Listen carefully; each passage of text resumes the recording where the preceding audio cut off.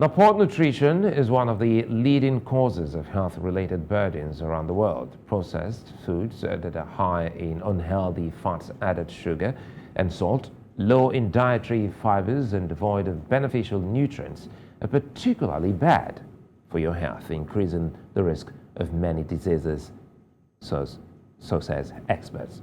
Now, News Center's Bettina Nwelih has more in this report to help you. Ultra-processed food is any food that has been altered during preparation to make it more convenient, shelf-stable, or flavorful. These include packaged foods such as baked goods and snacks, fizzy drinks, sugary cereals, ready-made meals with food additives, and reconstituted meat and fish products. These often contain high levels of added sugar, fat, and salt, but lack important vitamins and fiber. They are thought to account for around 25 to 60% of daily energy intake in many countries. Foods that have been processed have ingredients or, let me put it like components that increases shelf life but harm human life. So it shortens our own lifespan. So the longer it stays on the shelf, the shorter out. Yes, a lot of people talk about healthy foods being expensive. But the thing is, when people think of just focusing on healthy foods and you're not focusing on packaged meals, it's very possible to achieve.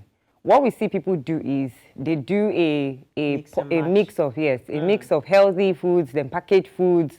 And by the time you do that, you have a very large budget. You have things like the yam, take for instance yam.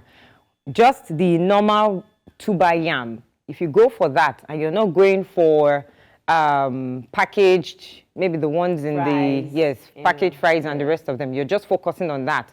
You buy it and you take to your house and you prepare it. You find that that's quite affordable.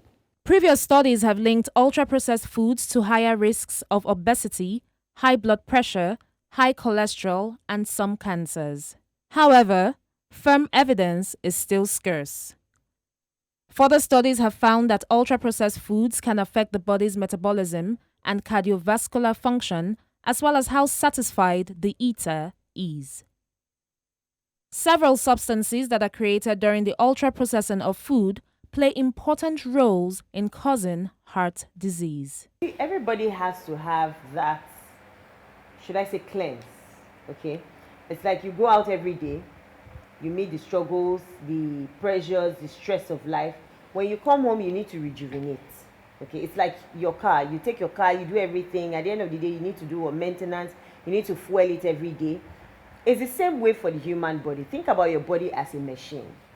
So everybody has to have that thing that fuels you every day and keeps you maintained. And that's where whole foods comes in. What these things are doing, like I said, because of what they contain, they are turning on the genes that cause diseases in our body. That is the truth of the matter. So there's what we call epigenetics. So like the head of your genetic code, right?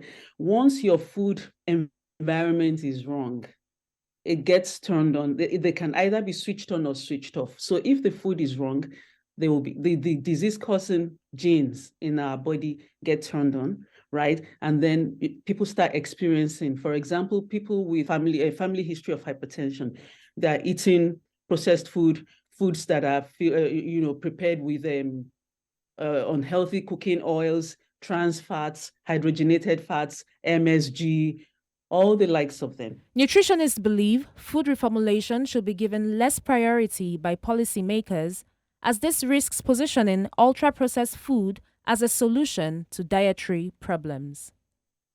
They conclude that greater emphasis should be placed on promoting the availability, affordability, and accessibility of unprocessed or minimally processed foods. Bettina Nwelih, reporting for News Central.